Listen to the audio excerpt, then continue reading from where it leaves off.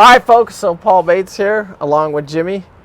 You guys will see the videos coming out. This is our Wednesday video, letting you guys know where I'm at. I'm getting ready to head over to the 48-foot Alexander, where we take that to Charleston.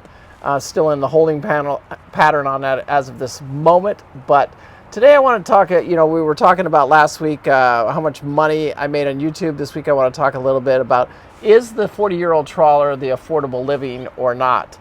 And then let's talk about sail versus power, because a lot of people want to know the difference. And for me, I've done both. I've owned a big sailboat and I've owned a big trawler now. And you have owned, what have you owned, Jimmy? I've owned some sailboats, some pretty nice sized sailboats, but power-wise, nothing bigger than 16 feet. Okay, so then something like that. And then, so another thing that Jimmy's done is he's gone on. He helped somebody, one of our YouTube subscribers. He's also been on a delivery with me where he got paid. Actually, that was pretty cool. He got sick, but you guys will see those videos coming up right now. We're finishing off the Nordic tug videos. And then in about another week or so, you're going to see Jimmy on the 3900 main ship going from Pensacola, Florida on over to Sarasota, Florida. And Jimmy was with me on that the entire time. And it gained him a lot of knowledge and a lot of experience. And then now he's over here helping me. You guys can see right here, a little video of him down there working in the engine room. We've been working in the engine room. We're changing out some lights. We're doing all kinds of little projects. And then in the meantime, tomorrow, we're going to go for a little boat ride. I'll show you that right now. All right, Jimmy, this is your big test here. I hear you. Let's see you nail this. All right. What do you got? 5 knots of wind. I don't think the current doesn't look too bad right now. Yeah. But once you get in the marina, you pass the current, if that makes sense. Where we take it over to where he gets to work the throttles and get a little stick time, right? That's right. Yeah. But today I really want to talk about the sail versus power, because I think everybody has that envision of the wind's free, sails are free, right. Everything's free on a sailboat. Sailboats are cheaper. It's not true though. Do you think it is, or yes or no? Coming into it, I had a mindset that it could be. Yes, you have that mindset that it could be, but it actually is not. The reality is, because one thing I joke about a little bit, even when we were on our delivery, I'm saying, look at the blowboater. He's got his sails down, engines going, you know what I'm saying? And right. It just drives me crazy, If you're going to buy a sailboat, lift the sails. If you want to buy a powerboat, buy a powerboat. But these trawlers are, at the end of the day, these trawlers are really economically, you get something with these Ford Lehmans in it. They're about as economical as you can get.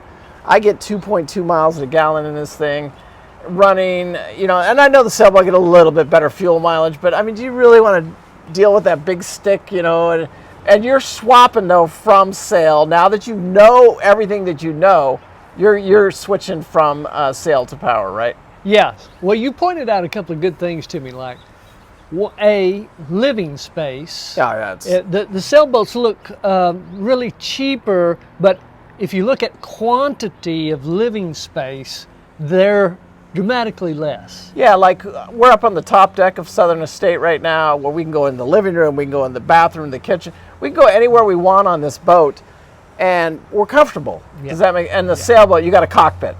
Yeah. You can walk around the decks and stuff like that a little bit, but yeah. Look, dude, I carry 500 gallons of fuel. I got a 1,000-mile range, and my big thing is when it was me and Beverly says I don't want to do the sailboat anymore. It's just the heeling, the rigging, and anybody that thinks rigging and sails are free, they're not.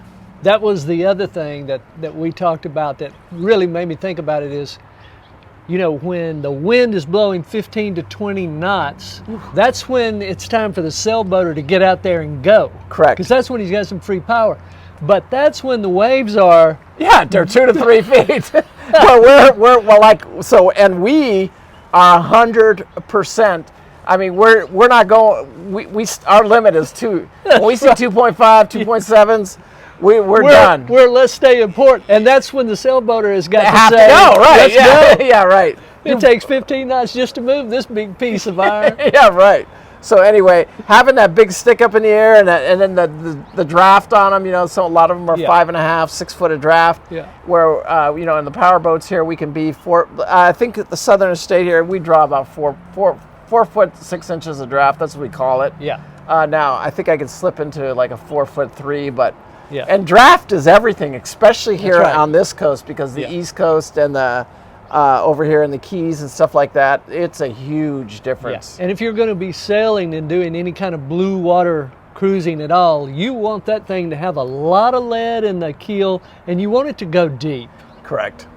Yeah. So, I mean, it's. I think as we're younger men, we actually have this dream of sailing around, just like I did. I bought the sailboat. So anyway, in the end, I think that people have that thing that, you know, that the sailboat is cheaper, but it's not. In the end, it really isn't. It's and less comfortable. Yeah, it is. It's less comfortable. It's not as comfortable about it. I think if people were truly educated and they really made that decision, they would. Some of them would not even buy the sailboat, because I did. I bought the sailboat. I bought the trawlers. I've owned 2 big trawlers. I've owned 3 sailboats. As we get closer over here to the wharf, you know, I'm going to let you take it in as far as we feel comfortable, if that makes sense. It does. But today I want to finish our subject, you know, the affordable trawler. I think a lot of people buy these as affordable housing, but, you know, I'd have to say I differ on it, because you see what I do to this boat right here. I mean, and this is just in the last 3 months. Just my mattress alone was $2,900. Those lights that you wanted me to see me put on, I've replaced every single one of those just about now. Just that project alone was well over $2,000. Yeah, I mean, it's a lot of money, Jimmy. It's just, it doesn't end. You know, I bought a new dinghy that was $4,000. This is all within the last 90 days of owning this boat. Now, I am getting it ready for a big trip, so that's one thing. And it's one thing if you are going to be, you know, I've had people call me river rat before. If you want a derelict boat that, you know, doesn't operate, doesn't run, you know, that's a different scenario. But if you want to be able to go out and go cruising in a cruising 40-foot trawler and live aboard it, you know, I don't think it's an affordable alternative to a house, even though you could pick one up for about $100,000, let's say. Do you think some people buy boats and just live on them and never intending to really take them out? 100%. There's people that don't care if the boats run or not. Now, most marinas will require the boat to is operable, if that makes sense. So it's got to be able to go to the pump out station. It's got to be able to go to the fuel station. It's got to be able to go, you know, wherever you're going. And so, but I think people get confused by that, and I don't want there to be any disillusion of that. It's not an incredibly cheap way to live. I mean, you can. It's just like anything else. You can go buy, you know, there's a house for sale in Mobile right now for $15,000, but you got to want to live in that neighborhood, and you know, and you can pay cash for that. And do you know what I'm saying? Yes. That's affordable housing. Yes. But you know, as far as a boat goes, there's just so much more to it, because there's a lot of maintenance. Keeping it afloat, and just the general air conditioners, marina fees. We're constantly, all the time. You know, you got to clean your sea strainers for your air conditioners all the time. You can't just walk away from a boat. It's almost better to live on it. You can't just walk away from it and you know, and just expect everything to be operating when you get back, because what happens is those sea strainers plug up pretty quickly. Actually, mine will go about 2 to 3 weeks, and then I have to clean them. You don't even have to be moving for them to clog up. No, you don't. No, not at all. So anyway, it's a subject that I think a lot of people want to hear about.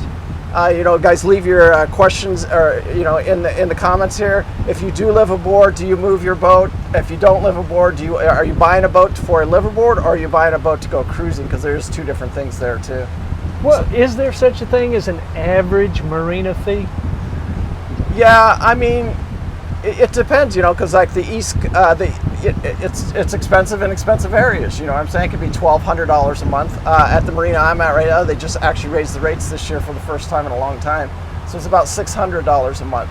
But then a lot of marinas will do a liveaboard thing, and the way there's a ways around that a little bit if you're smart about it, and you just call yourself a transient. You can get around a little bit of that, but typically too, you're paying more a month for those fees, if that makes sense.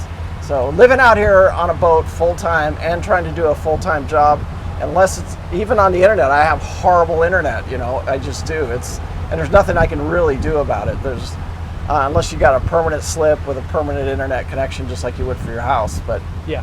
that's the only alternative I can see to that. Anyway, I just want to touch base on that and finish that video off for today. Anyway, Jimmy, I want to end the video by saying, you know, thanks for watching. You got any questions? You want to reach out to me, you can. You leave your comments down below. Jimmy will get back to you in the comment section also. And like I said, Jimmy is a blowboater. Has been before. Yes, and now he's switching over to trawler, and so he's gaining his trawler experience. This will help with your insurance. Yes. It will. And then it'll give you the knowledge and to really know what you're looking for too, so you don't make that mistake of buying something that you don't really want to get into. You don't really want. Because you're going to get the experience now from the main ship. You've been on 2 main ship 3900s, and then you'll be on this one, the 44. But now remember, 44, we're not going outside tomorrow. We're just staying inside. Anyway, guys, I appreciate it so much. Remember, hit that like button. If you haven't hit that like button, hit it now. If you want to hit that subscribe button, hit that subscribe button now. And please, I appreciate it. Anybody wants to hit that thanks button, we do appreciate all the thanks that we can get. And Jimmy, thank you so much for all your help. It's just, you have no idea what, you know, how big the help is. I hope me and Jimmy and his wife Jackie get to do tomorrow Jackie's on the camera, and we get to do an overnight, a little excursion or something like that to really get you out there and throw the anchor out and stuff like that as we start testing these systems for us leaving. Anyway, peace out. Remember, live life with no regret. I do. Thank you so much for watching. Again, I appreciate it. Bye.